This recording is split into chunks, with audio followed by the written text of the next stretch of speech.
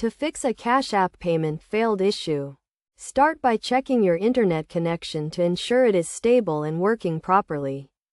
A weak or unreliable connection can cause payment failures, so try restarting your router or switching to a different network if necessary.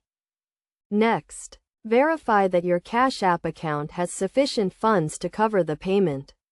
If your account balance is low, add money to your account using a debit card, credit card, or bank transfer. Also, check if you have any pending transactions that may be holding up your funds.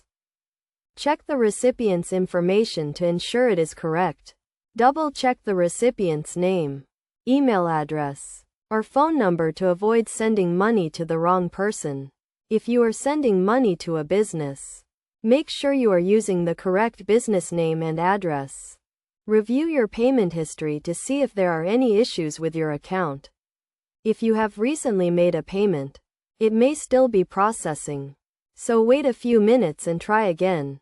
Also, check for any failed payments or declined transactions that may indicate a problem with your account. If you are still having trouble, try restarting the Cash App or uninstalling and reinstalling it on your device.